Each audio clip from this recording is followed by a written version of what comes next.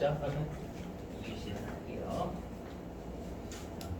오늘은 실기를 좀 거의 못할 거고요. 내일은 많이 할 거니까 마치 이제 어린아이 다니듯이 내일은 밥을 줄게. 맛있는 거 사줄게.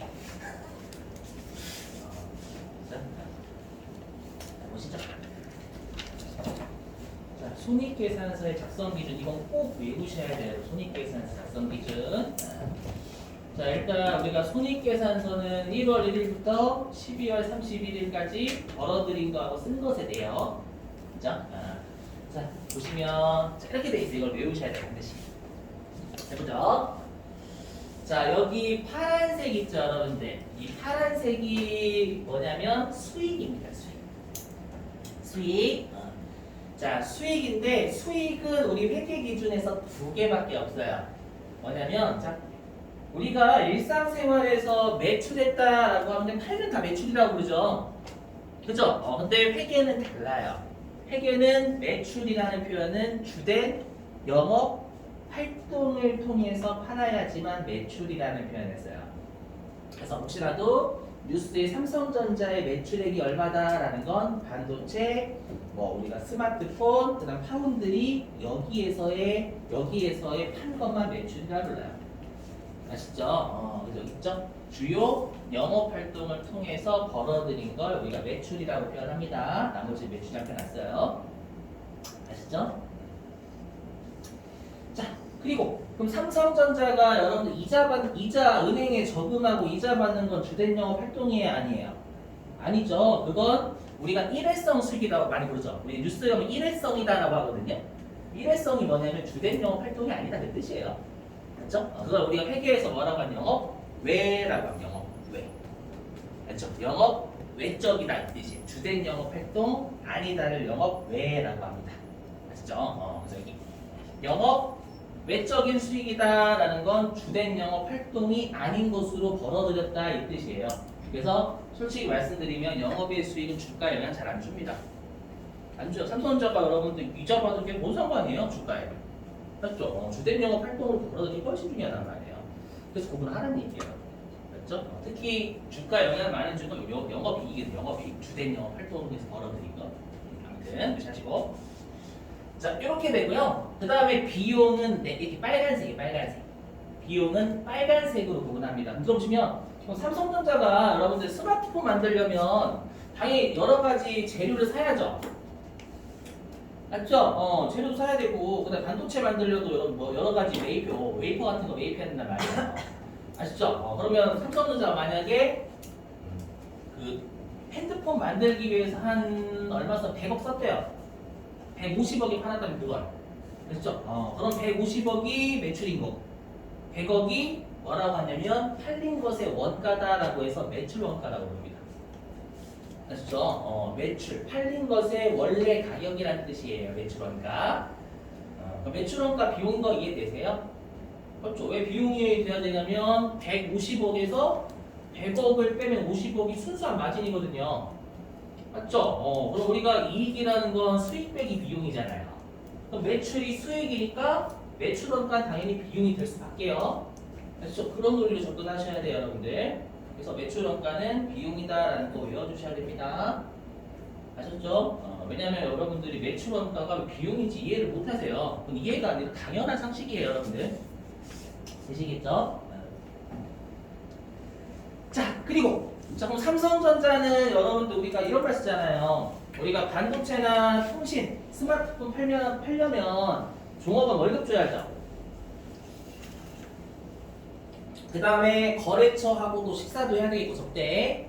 그죠? 그 다음에 삼성전자 새로운 스마트폰 나오면 여러분들 광고 모델 써가지고 광고 때리잖아요. 맞죠? 이런 애들을 이렇게 하면서 쓰는 거 있죠? 이런 것들 우리가 뭐라고 하냐면 판매비와 관리비라고 불러요. 맞죠? 상품이나 제품을 판매하면서 또는 관리하는 과정에서 썼다라고 해서 판매비와 관리비라고 합니다. 되셨죠? 근데 이 판매비와 관리비는 주요 영업 활동에서 발생한 거예요. 이 중에서 매출 원가 뺀 나머지 영업 관련 비용을 우리가 판매비와 관리비라고 합니다. 아셨죠? 이렇게요. 자, 근데 삼성전자가 당연히 은행한테 돈 빌린 거 있을 거 아니에요. 그럼 이자 내겠죠. 그럼 이자가 삼성전자의 주된 영업 활동과 관련된 비용이에요? 아니죠. 그래서 여기 영업 외적인 비용은 일회성 비용이 일회성 비용. 아시죠? 그래서 여기 주된 영업 활동 아닌 비용은 영업 외 비용이라고 합니다. 이해되시겠어요? 이렇게. 자, 그 다음에 우리 시험은 개인 기업을 내기 때문에 여러분들 개인이 내는 세금을 뭐라 불러요? 여러분들 뭐 내세요? 소득세? 그죠? 그래서 여기 개인이 내는 세금을 소득세라고 하죠, 여러분들. 그것도 비용이에요. 되셨어요? 이렇게 네 가지로 구분해요. 매출원가, 주된 영업 활동으로 쓴 판매비와 관리비, 일회성 비용인 영업외 비용, 그 다음에 세금 낸 거 소득세 비용. 아시죠? 자, 그럼 우리가 수익 빼기 비용 이익이죠. 이걸 외우셔야 돼요. 여기 매출액에서 매출 원가를 빼면 매출하면서 벌어들인 순수한 이익이다라고 해서 매출 총이익이라고 합니다. 아시죠? 그리고 요 매출 총이익에서 판매비와 관리비를 빼면 주된 영업 활동을 통해서 최종적으로 벌어들인 거죠. 그래서 얘를 영업이익이라 불러요. 그래서 실제로 기업의 주가에 영향을 주는 건 주로 영업이익입니다. 맞죠? 영업이익이 제일 중요해요. 기업장에서. 이게 가장 중요해요. 삼성전자가 영업이익이 가장 높았던 주가 높아요. 물론 예외적인 변수도 있지만 그러면 여러분 다 경제 교수님이 부자 됐겠죠. 중국 보세 때문에 그렇잖아요, 여러분들. 맞죠? 풀리면 아마 올라갈 거예요. 제가 삼성전자 얘기하기 좀 무섭더라고요. 내려가서 올라가야 제가 삼성전자 얘기를 하는데 하면 이제 눈치를 보고 어떤 분은 째려보고 오고 저를 넌 좋겠다. 저도 안 좋아요. 자, 그리고 이제 여기 영업외 수익, 영업외 비용까지 고려하면 세금 내기 전 순수한 이익이죠. 그래서 얘를 소득세 비용 차감 전 순이익이라 불러요. 이해되세요? 그리고 세금까지 빼고 나면 우리가 당기순이익이라는 표현 쓰죠. 당기순이익이 뭐냐면 그 회사의 세금까지 낸 후의 최종적인 이익을 당기순이익이라고 합니다. 실제로 여러분들이 뉴스 검색해 보시면 당기순이익은 잘 안 드러납니다. 왜냐면 당기순이익이 잘 없어요. 그냥 영업이익과 매출 중요해요. 주로 영업이익. 그래서 주로 뉴스 검색해 보시면 매출하고 영업이익만 주구장 쓸 거예요.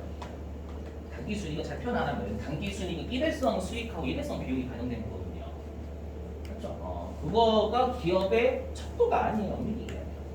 구조는 외우셔야 우리 시험 목적 아셨죠? 이렇게 작성한다라는 거.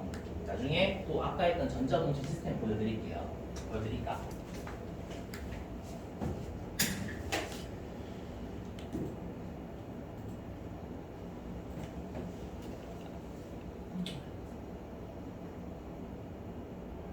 이렇게 있잖아, 여기 매출액, 매출 원가, 그죠? 매출 총이익, 판매비와 관리비.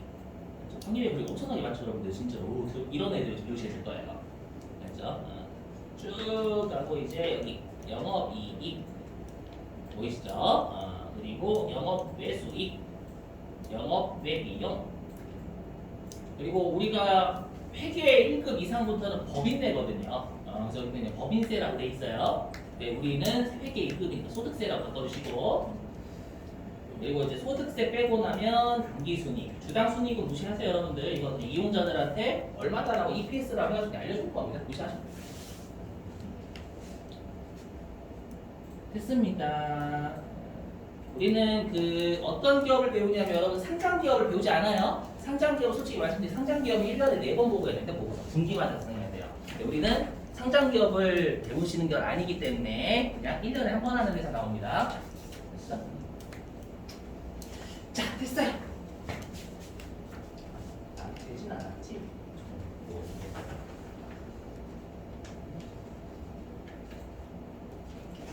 자, 여기 손익계산서의 작성 기준. 요거 중요해요. 이미 했었죠?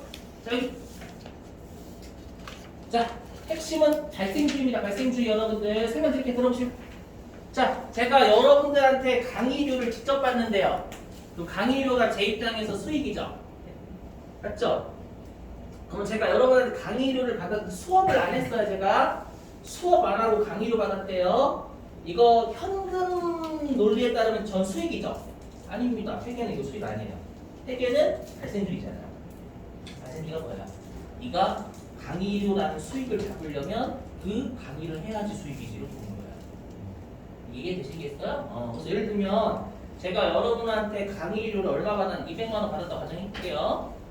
그렇죠? 200만 원 받았는데 제가 강의료를 올해 연도하고 내년도에 걸친 강의료를 받은 거예요. 먼저. 그럼 회계에서는 그 부채입니다. 왜냐면 저는 그런데 강의를 제공해야 되거든요. 이해되세요? 그럼 제가 2022년도에 총 강의 중에서 60% 했대요. 그러면 200만 원의 60%를 올해 연도 수익 잡는 거예요. 이해되세요? 나머지 40%는 내년도에 수익 잡는 거예요. 그게 발생주예요. 해당 수익과 비용을 일으키는 사건이 발생해야 수익 비용을 잡을 수 있어요. 크게 논리적으로 맞죠, 여러분들? 이해되시겠어요? 무슨 말인지? 이게 발생주의 이미 했던 거. 회계에서 중요한 건 뭐냐면 이거는 좀 할게요 미리. 그러면 여러분 우리가 발생했다라는 표현이 좀 애매하잖아요. 그럼 언제 발생했는지. 수익은 이렇게 불러요. 재화는 인도했을 때 수익. 돈은 안 받아도 돼요. 재화는 물건을 넘겼으면 수익 잡으라는 거예요. 알죠? 그래서 재화는 인도하면 수익이 발생했다라는 거예요. 알죠? 그래서 여러분들이 삼성전자의 매출은 외상으로 팔아도 매출은 잡혀요. 저쪽 핸드폰 외상으로 팔아도 매출 잡혀요. 인도했으니까. 아시죠? 그 다음에 제가 여러분들한테 강의료 받는 건 서비스 제공하는 거죠. 제가 여러분들한테 교재를 파는 건 아니잖아요. 그죠? 그게 뭐예요? 아까 진행되는 정도에 따라서 수익 잡는 걸 진행 기준이다라고 불러요. 그렇죠? 여러분들 늦게까지 공부하시면 안 돼요. 피곤하실 것 같은데 늦게까지 공부하시면 안 돼요. 그렇죠? 없으신다라는 건 어저께 불금 많이 즐기셨어요? 불금? 우리 모든 불 타면 안 돼요. 시험 끝나고 못 타시면 돼. 아셨죠? 불타는 금요일은 여러분들 시험 때까지만 좀 놓으시고, 진짜 놓으시고. 자, 그 다음에 비용인데 이거 되게 중요해요. 뭐냐면 이거는 여러분 회계에 엄청난 영향을 줘요. 뭐냐면 여러분 제가 그랬었죠. 1,000원을 벌기 위해서 600원을 썼다. 600원 벌기 위해서 1,000원을 썼다. 즉 벌기 위해서 쓰는 걸로 회계는. 그 말은 뭐냐면 벌기 위해 수익을 얻기 위해서 썼다. 비용이 발생했다라고 봅니다. 아시죠? 그게 수익 비용 대응의 원칙입니다. 이름만 놓고 보면 수익하고 비용은 같은 기간에 인식해내는 뜻이거든요. 아니에요. 항상 비용은 수익의 종속적인 놈이에요. 여기 있죠? 여기 비용은 수익이 장부에 기록하는 걸 우리가 회계에서 인식한다라고 표현하거든요. 장부에 기록하는 걸. 수익이 장부에 기록될 때 원칙적으로 비용은 그때 장부에 기록됩니다. 이게 너무 중요합니다. 이게 회계 곳곳에 영향을 줄 거예요. 그래서 나중에 다 합니다. 나올 때마다 제가 열심히 씨부릴 거예요. 걱정하지 마시고요. 자, 그 다음에 총액주의 마찬가지예요. 수익과 비용은 총액으로 계제하면 이게 더 중요합니다. 왜냐하면 우리가 주주들이 관심 있어 하는 건 자산 부채가 솔직히 아닙니다. 그렇죠? 그 회사가 부채가 더럽게 많아요. 부채가 막 100억이, 부채가 1,000억이고 자산이 20억밖에 안 돼요. 예를 들어서 돈을 존나게 작게라고 얘기를 한 거야, 여러분들. 이렇게 하면 여러분 보통 저 이상한 사람이네? 욕하네? 이렇게 하시더라고. 그래서 돈은 존나게 잘 벌어요. 좋아하시는데? 그죠? 이거 교육직 신고하시면 안 돼. 일본 하는 거예요. 저 얼굴가 착하게 생겨 착함 이렇게 써있잖아요. 착함. 이거 미친놈이라고 하죠, 여러분들.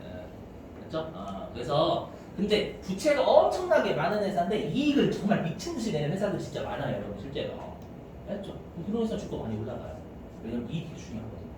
그러니까 이익에 영향을 주는 건 수익 비용이죠. 그래서 수익 비용은 채권자나 주주들이 관심 있어 하는 거거든요. 그래서 얘네들은 퉁치지 않고 일반적으로 정말로 총액으로 보고해줘야 됩니다. 그래서 총액으로 보고하는 건 주로 수익 비용이 좀 더 잘 지켜져야 돼요. 아셨죠? 이거 반드시 알고 계셔야 돼요. 아셨죠? 제가 말씀드렸잖아요. 우리는 주주하고 채권자들한테 보고를 해줘야 되는 사람이라고. 그들이 관심 있어 하는 건 이익이에요. 이익. 아셨죠? 나중에 영향 분명히 줄 거예요. 조심. 자, 교재 어디로 가주시냐면 33페이지.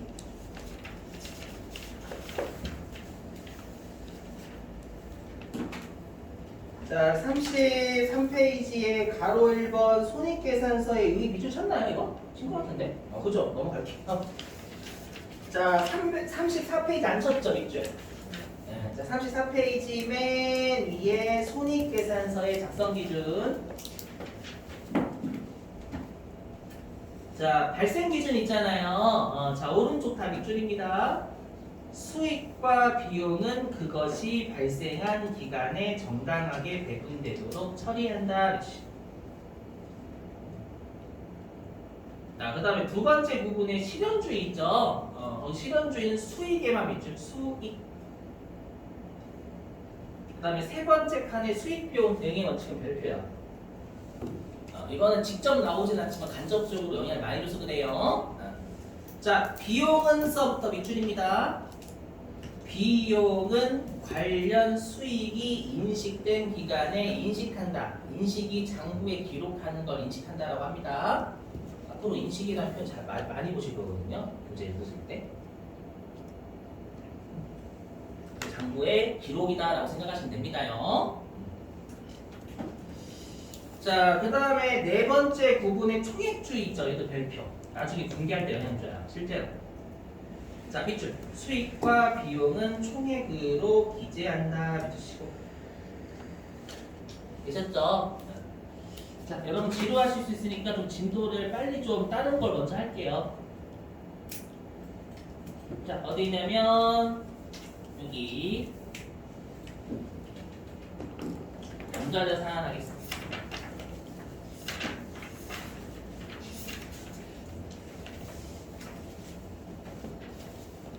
여기서부터가 여러분들 진짜예요. 우리가 저번에 했던 그냥 개정 과목을 어떻게 하고 분계를 어떻게 할 건지를 한 거라면 지금은 각각의 챕터별로 어떤 게 있고 이 개정 과목이 새로 나오게 됩니다. 아셨죠? 그러니까 딱 유형이 있어요. 나오는 유형이. 지금부터는요. 해보시죠. 자, 당좌자산 하겠습니다. 자, 여러분들 근데 우리가 아까 제가 유동자산 여기 있었죠? 유동자산은 당좌자산하고 재고자산이 있었고 재고자산은 판매할 목적으로 보유하는 자산입니다 라고 했죠. 근데 제가 당좌자산은 보유 목적 설명 안 드렸죠. 이유가 있어요. 뭐냐면 그냥 당좌자산은 1년 이내에 현금이 되는 유동자산 맞거든요. 근데 판매 목적으로 가지고 있는 재고자산 아니면 다 당좌자산이라고 합니다. 그게 당좌자산 정의예요. 그러니까 당좌자산이 엄청나게 많이 나오고요. 그리고 종류도 많아요. 그러니까 여러분들 1년 이내에 현금화 되는데 그게 재고자산이 아니에요. 그럼 다 당좌자산인 거예요. 아셨죠? 진짜로. 당좌자산 너무 많기 때문에 그걸 외우시는 거 아니에요, 여러분들. 재고자산 아닌데 1년 이내 현금화는 다 당좌자산입니다. 아셨죠? 자, 여기 현금 및 현금성 자산은 엄청나게 중요합니다. 제가 앞으로 여러분 엄청나게 중요합니다라고 하면 여러분이 저를 좋죠. 지금 다 중요한데요. 쟤는 저예요, 여러분. 강사가 다 중요하다고 하죠, 여러분들. 잘 나오는 부분은 시험에 일단 이론 잘 나오고요. 이론은 계산 문제든 말 문제든 잘 나오고요. 그다음 실기 때 나오는 동네를 별도 설명할게요. 자, 현금 및 현금성 자산 이게 뭐냐면 보실게요.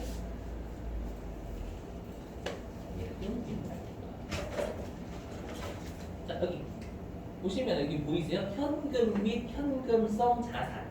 이거 이용자들한테 알려주는 용이거든요. 지금 재무상태표 한 거예요. 이용자들한테 이렇게 알려주는 거예요. 현금과 곧 현금이 될 놈입니다 라고 알려주는 겁니다. 요런 느낌 아시죠? 그래서 결론부터 말씀드리면 좀 이따가 미치실 건데 현금 및 현금성 자산은 이용자들한테 알려주기 위한 용이에요. 맞죠? 여러분들이 회계를 안 배우셨으면 현금과 비스무리한 자산이라는 느낌만 주라는 거예요. 아시죠? 그래서 나중에 혹시라도 시험에 현금 및 현금성 자산은 얼마인가 라고 실기 때 장부조회라는 걸 출제하거든요. 그럼 그때는 외부 정보 이용자한테 알려주는 용도를 조회를 하셔야 돼요. 아셨죠? 이거 다 이용자한테 알려주는 용이거든요. 아시죠?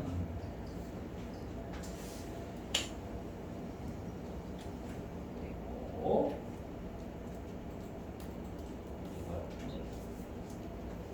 자, 됐고요. 자, 이제는 회사 입장에서는 현금 및 현금성 자산 이용자들한테 알려주기 위해서 원샷으로 제출하는 거고, 회사는 단기 중에 기록을 하나씩 다 해야 될 거 아니에요. 회사는 회계를 아니까.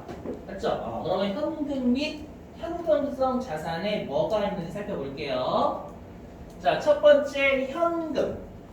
이건 우리가 알고 있는 개념이죠. 근데 잘 들으셔야 돼요. 일상생활에서의 현금은 우리가 지폐하고 동전만 얘기해요. 하지만 회계는 달라요.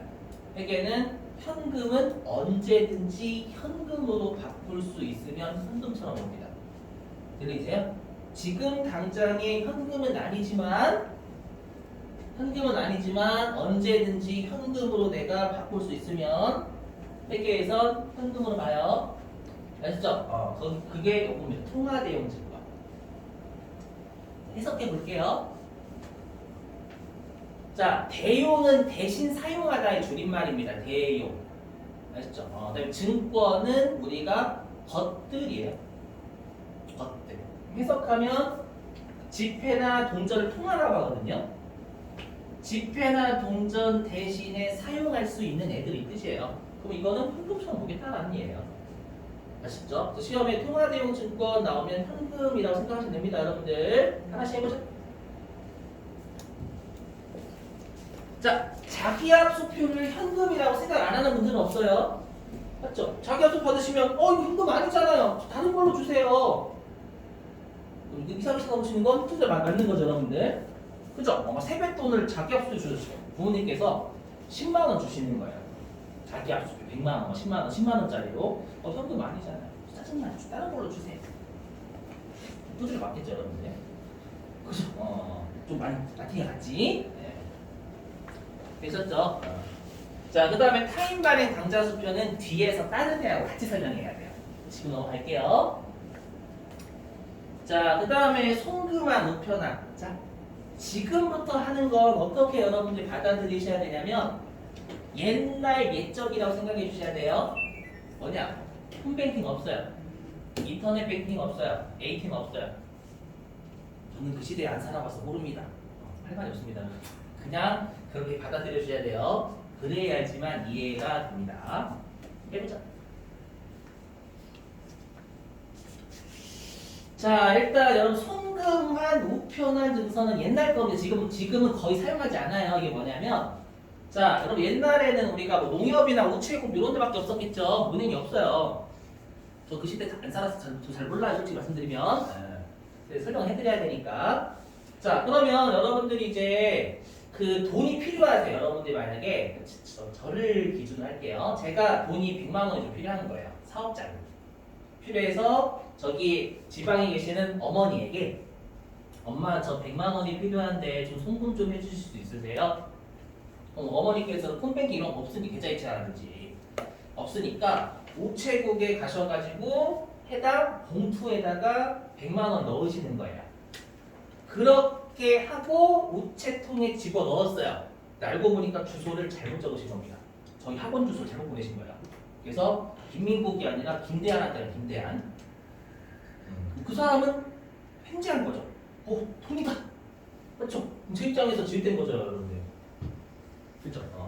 그래서 이런 일이 발생을 하면 안 돼요. 그래서 어떻게 하냐면 어머니께서는 우체국에 돈을 예금하시는 겁니다. 돈을 100만 원 예금하면 100만 원을 예금했다라는 증을 줘요. 그게 우편한 증서입니다. 그러면 그 증을 어머니께서는 우체통에 넣으시는 거예요. 증이지 돈이 아니란 말이에요. 이해되세요? 그래서 만약에 잘못 갔다 하더라도 그 잘못된 증을 받은 사람 돈 받은 게 아니라 증 받았기 때문에 거기에는 저한 김민국이라는 사람한테 주라고 돼 있거든요. 이해되세요? 근데 김민국이라는 걸 증명을 못 하겠죠, 그 사람은. 맞죠? 그러면 그 사람은 뭐 찢어버리거나 저를 뭐 차실 주거나 그런 뭐둘 중에 하나 하겠지. 아니면 저한테 잘 왔어요. 아시죠? 저한테 잘 왔어요. 저한테 잘 왔으면 저는 그 우편한 증서를 가지고 있죠. 그럼 제 입장에서는 지금 당장의 현금은 아니죠. 근데 현금이잖아요. 어차피 저 신분증 가지고 김민국이라는 것만 여러분들 제시하면 현금 100만 원 찾아갈 수 있는 거 아니에요? 그렇죠? 그래서 우편안이나 송금한 증서는 현금으로 오겠다라는 거예요. 지금 당장의 돈은 아니지만. 이해되시겠어요? 자, 그 다음에 이것도 할게 먼저 배당금 지급 통지표. 이것도 최근에 날리긴 해요, 실제로. 배당금 지급 통지표가 뭐냐면 그 여러분들 주주총회라고 들어보셨죠? 주주총회. 우리가 주주총회에서 그 배당이라든지 이런 것들을 주주들이 결의를 해요. 얼마를 주겠다라고 하면 거기에서 직접 배당을 안 줘요. 배당을 주면 사람들 많이 빨려주거든요. 그래서 주주총회에서 배당을 뭐 한 주당 200원씩 드리겠습니다라고 말아서 다 돌아가요, 식으로. 아시죠? 그리고 나서 배당금을 얼마를 주겠다는 통지서를 날립니다, 옛날에. 물론 지금도 날리긴 하지만, 그렇죠? 날리면 그냥 계좌이체 들어오잖아요, 요즘은. 근데 옛날에는 계좌이체가 없으니까 통지표를 받아서 그걸 은행에 제시를 해줘야 돼요. 그럼 제 입장에서는 통지표 받았죠. 예를 들어서 삼성전자 주식 가지고 있대요. 그럼 통지표 받은 그 돈이 나오면 하겠죠, 여러분들. 맞죠? 마찬가지로 은행에 제시하면 현금화할 수 있잖아요, 바로 언제든지. 이해되시겠어요? 그래서 배당금 지급 통지표도 현금처럼 보겠다라는 겁니다. 되셨어요? 자, 그 다음에 만기가 도래한 공사채 이자표라는 걸 해볼게요, 여러분들. 앞으로 회계나 세법 하실 때 자주 보실 용어입니다. 뭐냐면 여러분들 이제 앞으로 사채라고 하면 우리가 알고 있는 그 내가 이자를 갚았는데 오히려 원금이 느는 그 사채가 아닙니다. 앞으로 사채라는 건 뭐냐면은 지금 요즘 금리 많이 오르죠, 여러분들. 그죠? 물가도 너무 많이 오르고 손이 떨려서 못 사 먹겠어. 저 부들부들 떨려. 막 뭔가 사 먹을 때, 그죠? 빵 하나 사면 2,500원씩 하고 깜짝 놀랐어요. 이게 나쁜 텐데. 자, 올라가지고 금리도 많이 올랐잖아요. 그럼 회사 입장에서는 은행에서 돈 빌리기가 상당히 부담스럽단 말이에요. 그렇죠? 거의 7%, 8%막 단다면서요. 최근 들어가지고. 그러다 보니까 어떻게 하냐면 우리 회사가 앞으로 장사를 잘 할 거니까 돈 좀 빌려주세요라고 채권자를 모집하는 거예요. 아시죠? 은행을 모집하는 게 아니라 채권자를 모집해서 몇 %의 이자를 드릴게요라고 약속을 하면서 발행하는 걸 사채라고 합니다. 이해되시겠어요? 그럼 우리가 회사만 많은 돈이 필요할까요? 아니죠. 국가도 재난지원금 같은 거 주려면 많은 돈 필요하단 말이에요. 그래서 우리가 재난지원금 어떻게 마련했다라고 뉴스에서는 부채 발행했다라고 아마 들어보셨을 거예요. 국가가 사채를 발행했다고 생각하시면 돼요. 아시죠? 그게 공공기관이 발행하면 공채라고 하는 거예요. 이해되시겠어요? 그러면 우리가 사채나 국채나 공채나 발행한 애들은 채권자, 채무자. 발행한 거. 채? 국가가 재난지원금 주기 위해서 국채를 발행했다는 어디 있잖아요. 채무자요, 채무자. 돈 빌리기 위해서 발행하는 거거든요, 여러분들. 이해되세요? 채무자고요. 네, 그럼 여기에서는 우리가 채무자는 자산이에요, 부채예요. 부채잖아요, 여러분. 우리 지금 하는 건 부채가 아니라 자산 쪽이에요. 자산 쪽이니까 채권자가 되려면 그 사채나 부채를 사야 돼요. 돈 빌리는 거예요. 이해되시겠어요? 필요한 것만 적어놓을게요. 여기다 보시면 사채가 어떻게 돼 있냐면요. 예를 들어가지고 자, 회사가 1억을 빌린대. 1억. 그냥 있을 것만 넣어 놓을게요. 1억. 그리고 여기에 발행인. 주식회사 대안이 발행했네. 아셨죠? 그리고 여기에 만기.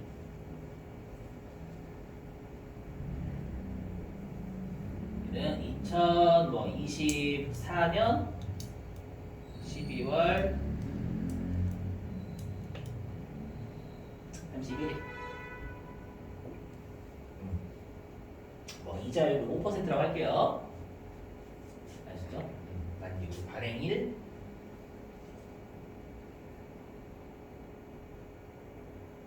2022년 4월이래. 1월 1일.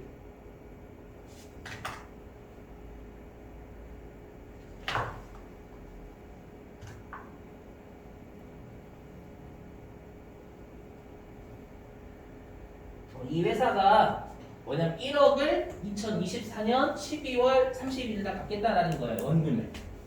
아시죠? 그리고 2022년 1월 1일 날 빌린 거잖아요. 발행했다라는 거. 1억 빌린 거예요, 회사가.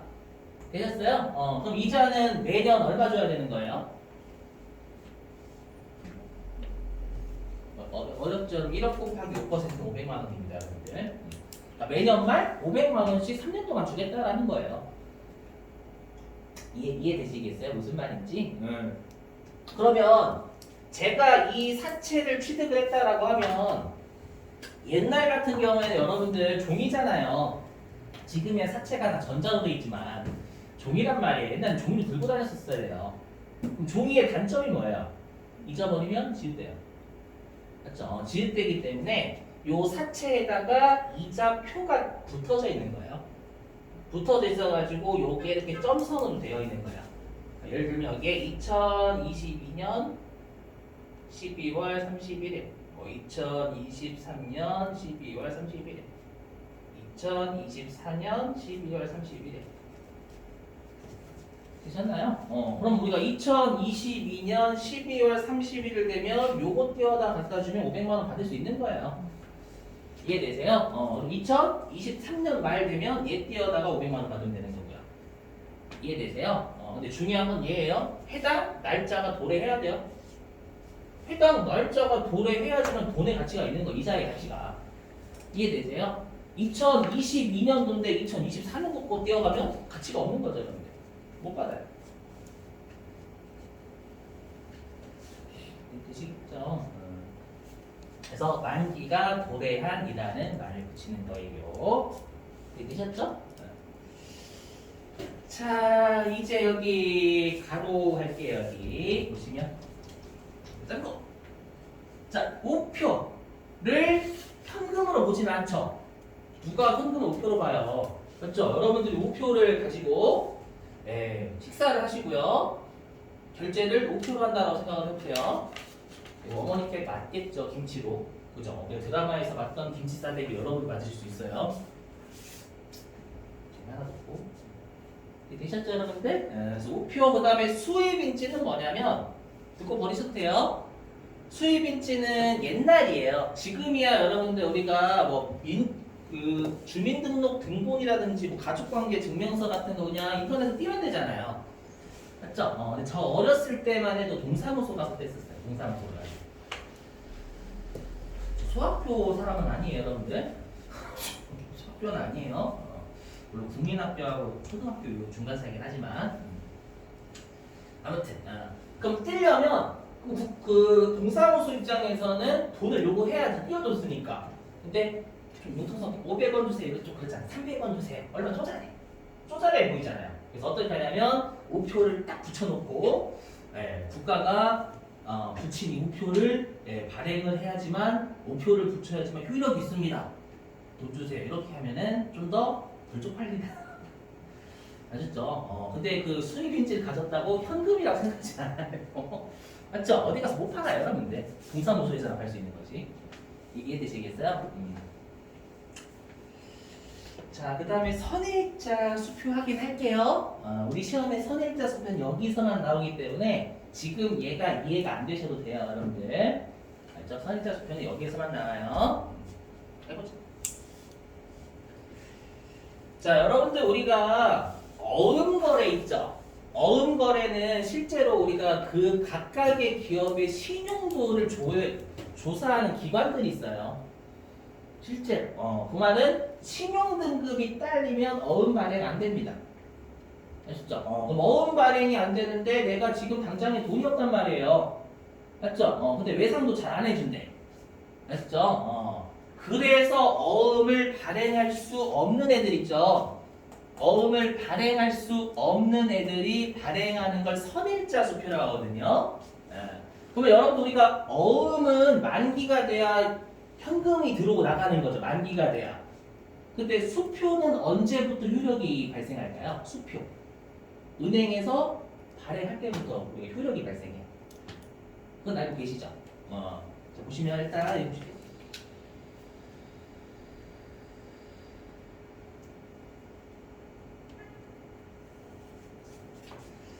자, 얘가 선일자 수표. 선일자 수표인데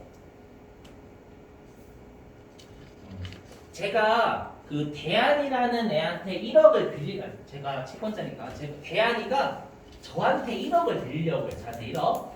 됐죠? 1억을 빌리려고 하는데 어음을 발행할 수 없는 애예요. 됐죠? 발행할 수 없는 애인데 지금 외상으로는 거래를 못해요. 됐죠? 그러다 보니까 얘가 어떻게 하냐면 은행에 가가지고요.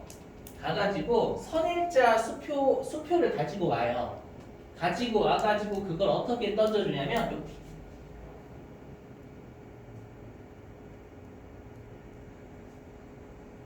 오늘이 며칠이죠? 30일? 맞죠. 시간 진짜 빠르네요. 짜증나.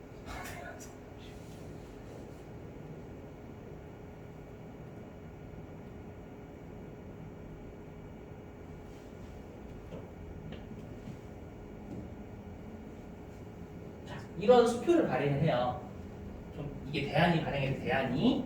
그럼 대안이 저한테 이걸 준 의도가 뭐냐면 내가 지금 당장에 돈이 없어가지고 1억이 5월 30일 날 너한테 1억을 주겠다. 근데 얘는 어음이 아니잖아요. 어음 같으면 5월 30일 날 돼야 제가 대안의 거래은행을 가서 그때 제가 이 어음을 제시해야지만 돈 들어올 수 있어요. 이해되세요? 하지만 얘는 수표이기 때문에 제가 나쁜 마음을 먹으면 4월 30일 날 인출하잖아요. 4월 30일 날 대안한테 인출을 하려고 하죠. 그러면 그때부터 인출될 수 있어요. 근데 분명히 대안에는 1억이 없을 거예요. 4월 30일 날. 맞죠? 그러면 얘는 신용등급이 뚝 떨어져요. 신용등급이 뚝 떨어진다는 건 놔준다면 아예 외상도 못하는 거예요. 이해되세요? 그러니까 뭐냐면 서로 간의 신뢰, 신용을 믿고 대안이가 저한테 얘기하는 거예요. 야 민구가 내가 지금 이 선일자 수표를 발행을 하면 네가 4월 30일부터 찾을 수 있는 거고 네가 찾게 되면 분명히 부도라고 하거든요. 그걸 부도. 우리가 회계에서 부도는 망했다는 뜻이 아니에요. 아무튼 그건 나중에 뒤에서 할 거고. 그래서 네가 이렇게 하면 지급이 거절당하니까 그럼 내 신용등급이 떨어져가지고 나중에 내가 불이익이 발생한다. 그러니까 나를 믿고 지금 4월 30일 날 이 선일자 수표를 발행하지만 5월 30일 날 돈 1억을 넣을 테니까 제발 나를 믿고 그때 좀 찾아주지 않겠니? 라고 발행하는 게 선일자 수표예요.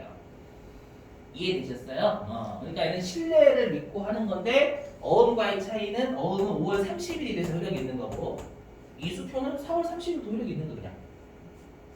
무슨 말인지 이해되시겠어요? 이렇게. 그럼 여러분들이 왠지 죄송해요. 먹어가지고.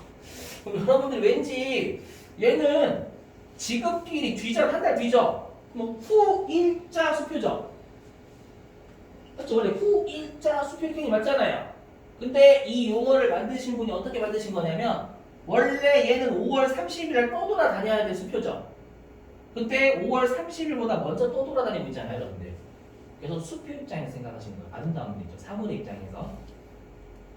그죠? 벌써 네, 5월 30일보다 한 달 먼저 떠돌아다니고 있다. 라고 해서 선일자 수표라고 부르는 거예요. 아시죠? 결론은 뭐냐? 이건 4월 30일날 인자로 선일자 수표 발행할 당시에는 외상이에요, 여러분들. 그럼 받은 사람은 채권이 있는 거, 채권. 이해되세요? 그래서 선일자 수표를 받은 사람은 채권이지 현금이 아닌 거예요. 무슨 말인지 이해되시겠어요? 그래서 어음 성격이라고 적어놓은 거예요. 어음 성격. 어음을 발행할 수 없는 애가 발행하는 거니까.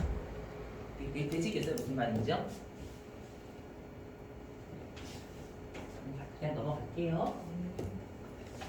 제가 뭐 잘못했나? 얼굴이 잘못하긴 했는데 아무것도 잘못한 게 없는데.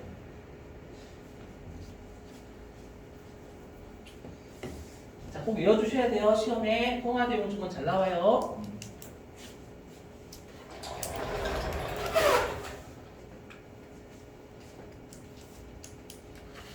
이제 뭐냐면 두 번째 현금 및 현금성 자산에서 요금을 예금하겠습니다.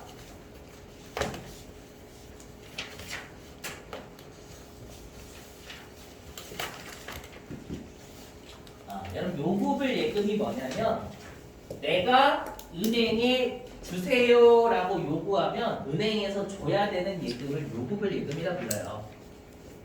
그런 예금이 뭐가 있을까요? 여러분 하나 알고 계시는 거 있는데 여러분들이 주세요라고 요구하면 은행에서 돈 줘야 되는 예금이 있어요. 뭘까요? 보통예금이에요. 보통예금. 저거 보통예금.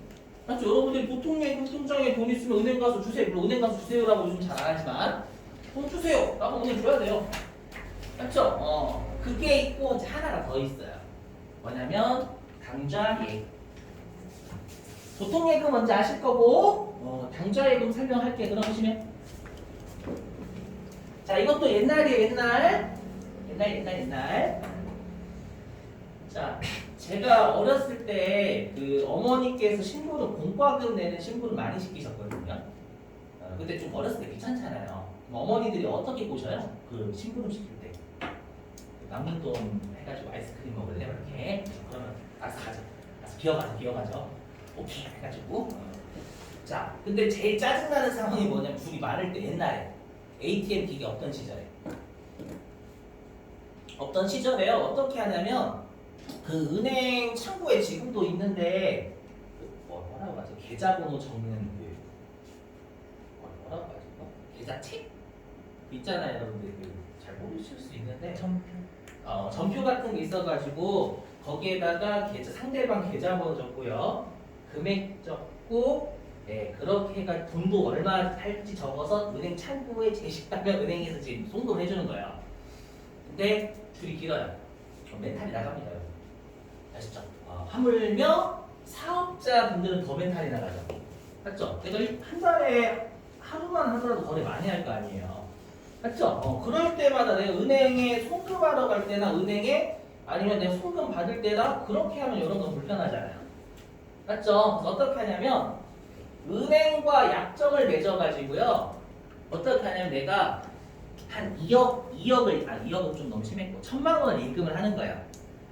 1,000만 원 예금하면 제가 만약에 신한은행 예금했대요. 그럼 신한은행에서는 비어있는 수표 책자를 줘. 이렇게 넘길 수 있는 책자를 줘. 포스트잇 같이. 포스트잇은 아니고 포스트잇과 비슷한 신한은행 마크가 찍혀지고 변조가 안 돼요. 알죠? 그 비어있는 수표 책자를 줍니다. 그럼 저는 그 수표를 당좌 수표라고 하거든요. 그럼 저는 그 당좌 예금 통장에 1,000만 원이 있는 거예요. 예금했으니까. 아셨죠? 자, 그리고 이제 제가 어떤 거래처한테 상품을 400만 원 매입하는 거예요. 지금 한번 중요해요. 지금 한번 실기 나오거든요. 400만 원을 매입했어요. 그럼 매입하면 원래는 제가 은행 가서 또 계좌 써야 되잖아요. 근데 제가 비어있는 수표책자 받았죠. 신한은행 거. 거기에다가 400만 원 적고 제 사인하고 띄어서 주는 거예요. 400만 원 매입하는 사람한테. 이해되시겠어요? 그리고 좀 끝나면 돼요. 그러면 그 수표 책자를 받은 사람 있죠. 당좌 수표 받은 사람이잖아요. 그럼 당좌 수표를 받은 사람은 나중에 은행에 가서 제시를 하면, 제 거래은행 신한은행 가서 제시를 하면 현금 찰 수 있는 거죠. 왜냐면 거기에 400만 원 있고 신한은행 마크 찍혀져 있고 제 사인이 있으니까. 이해되시겠어요? 그러면 제 입장에서는 그냥 400만 원을 직접 가서 내가 지급하지 않아도 되잖아요. 이해되시겠어요? 그리고 상대방은 현금으로 살 수 있는 거고요. 이해되시겠어요? 바로 은행 들려서 하는 게 아니라 바로바로 할 수 있는 거죠. 이해되시겠어요? 자, 그럼 여기서 중요한 게 있어요. 보시면 잘 보셔야 돼요. 현금성 자산 기출문제까지 풀고 줄게요. 자, 자기압 수표를 준 사람은 뭐가 감소해요? 자기압 수표, 우리가 알고 있는 10만원, 100만원짜리 수표. 현금이 감소하고 자기압 수표 받으면 현금이 늘죠. 근데 당좌 수표를 제가 줬잖아요. 그럼 저는 현금이 줄어요? 예금 잔고가 줄어요? 그죠? 제 입장에선 예금 잔고가 줄어요. 1000만원 예금했다가 400만원짜리 당좌 수표 줬잖아요. 그럼 잔고가 600만원 줄어드는 거예요. 이해되세요? 그래서 당좌 예금이 감소해요. 유시해야 돼요. 당좌 예금이랑 계정과목 있어요. 그래서 시험에 당좌 수표를 발행했다 또는 지급했다라고 하면 당좌 예금 줄이셔야 돼요. 계정과목 시험에 엄청나게 돼요. 실기 때. 알죠? 근데 그럼 아까 400만원짜리 당좌 수표 받은 놈 있죠? 아까도 그게 대안이라고 할게요. 그럼 대안이는 당좌 수표 받았죠? 그럼 걔는 뭐가 증가해요? 현금. 얘 현금이 증가, 당좌 예금이 증가하잖아요. 얘는 현금이 증가. 그래서 시험에 어떤 사람이 발행한 당좌 수표 받았다라고 하면 현금을 넣으셔야 되는 거예요. 당좌 예금을 넣으시는 게 아니라. 그래서 잘 돼요. 아셨죠? 근데 다시 들어보시고 이게 또 하나를 또 추가하는 어떻게 하냐면 그럼 대안이가 제가 발행한 당좌 수표 받았죠? 근데 그걸 다시 다른 사람한테 준 거예요. 뭘 사면서. 그럼 걔는 뭐가 감소하는 걸까요? 아니. 당좌 수표를 저한테 받았잖아요. 대안이가. 근데 다른 애한테 물건을 살려고 당좌 수표도 준 거예요. 그럼 뭐가 감소할까요? 그죠? 현금 감소하는 거예요. 당좌 수표를 받은 대안이는 다시 그 당좌 수표 가지고 결제한 거니까 그럼 현금이 줄겠지. 무슨 말인지 이해되시겠어요? 중요해요, 여러분들. 그래서 아까 설명하지 못했던 거 여기서 타임 발행 당좌 수표 현금이에요. 응? 방금 대한이는 민국이가 발행한 당좌 수표 받았잖아요, 여러분들. 현금이다, 현금. 너무 중요해요, 아셨죠? 강조. 자, 이제 마지막 요거 하고 그 다음에 여러분들 문제 풀고 쉴게요. 자, 현금성 자산은 말 그대로 빠른 시일 내에 이제 곧 현금이 될 자산입니다. 그게 현금성 자산이에요. 그럼 현금성 자산은 언제냐 여기에요. 취득 당시 있죠. 만기가 3개월 이내에 도래를 해야 됩니다.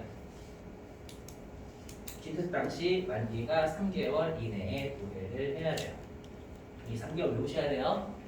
빠른 시일 내에 현금으로 바꿀 수 있으면 현금처럼 보겠다라는 거예요. 근데 얘가 빠른 시일이 언제냐면 취득 당시로부터 만기가 3개월 이내에 도래를 해야 됩니다. 됐죠?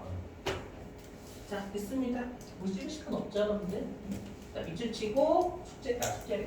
밑줄 치고 네. 그 다음에 기출 문제 풀고 쉴게요. 자, 어디 있냐면 70페이지.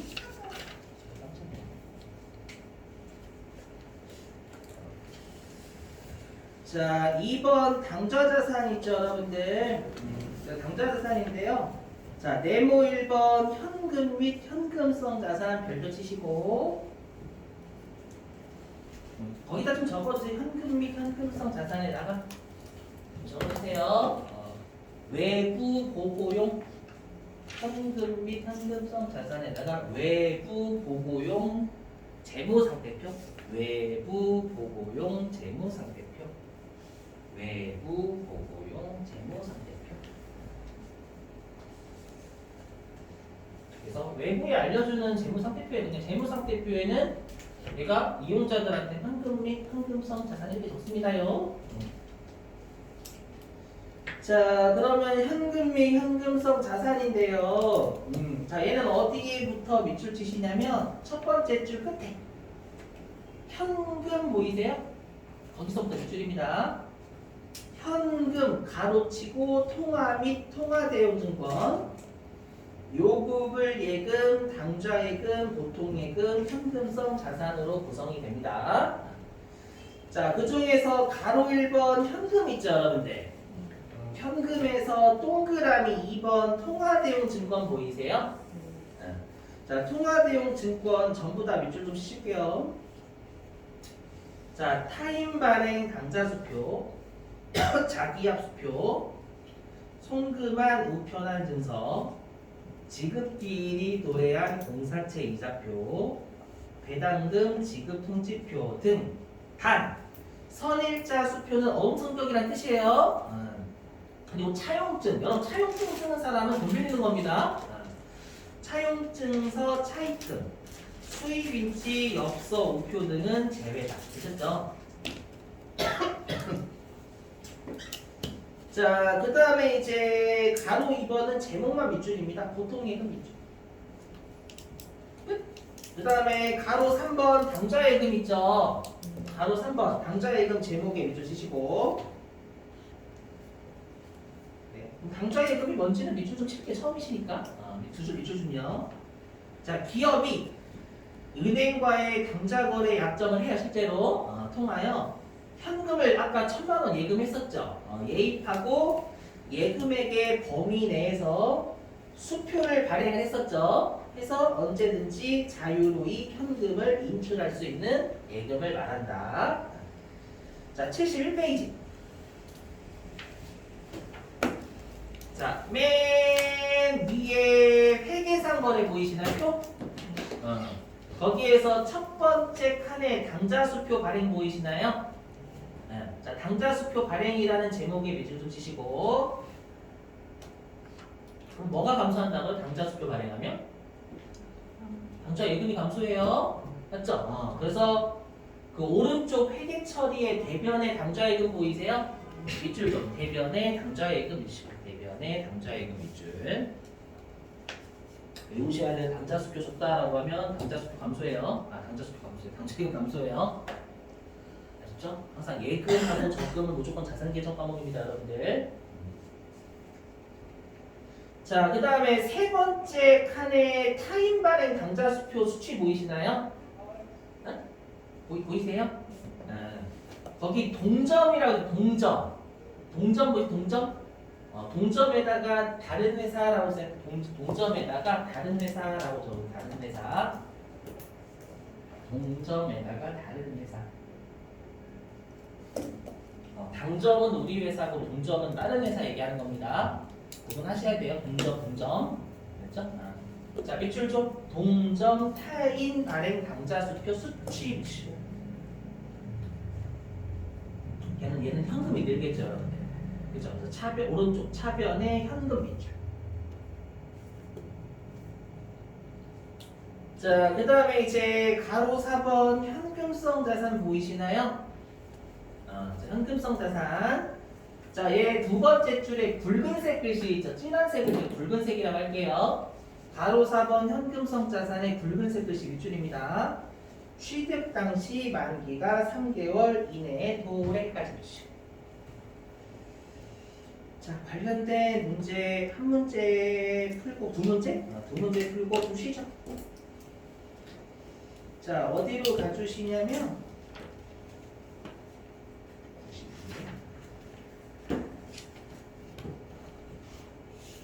어디냐? 있네. 342페이지. 342. 342. 342. 342. 자, 6번입니다. 6번. 자, 6번 읽어볼게요. 자, 다음에서 설명하고 있는 자산에 해당하지 않는 것은 자, 1번 한국은행에서 발행한 지폐나 주화. 이게 통화죠, 여러분들. 그 다음에 2번 통화와 언제든지 교환할 수 있는 통화대용증권. 이게 통화대용증권 하면 여러분들 현금 및 현금성 자산 물어본 거잖아요. 자, 1번 자기합수표 현금 및 현금성 자산 맞아요? 맞고. 그 다음에 2번 우편한 증서 맞아요? 맞죠? 그 우편한 송금한. 그 다음에 3번 배당금 지급 통지표 현금 및 현금성 자산 맞아요? 맞죠? 4번 수입인지. 이거 우편랑 똑같은 애잖아요, 여러분들. 맞죠? 4번. 한 문제 풀고 쉴게요. 자, 373. 373페이지.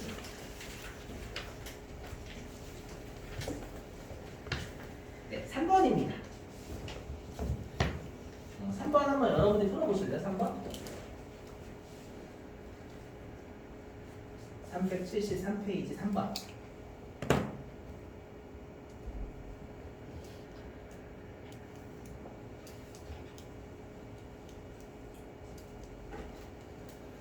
뭘까요?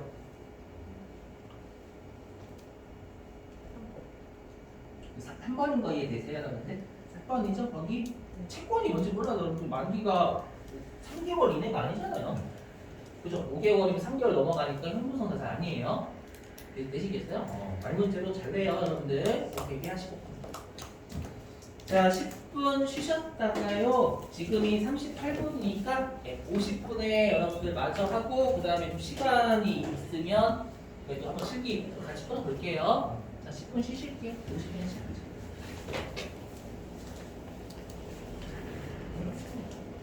제가 이거 많이 잘못 이해했는데 김정이라는 게 같은데 네, 그죠. 그러니까 앞에 뭐 주식회사 민국에게 상품을 사고 동전 발행해 줄 거예요.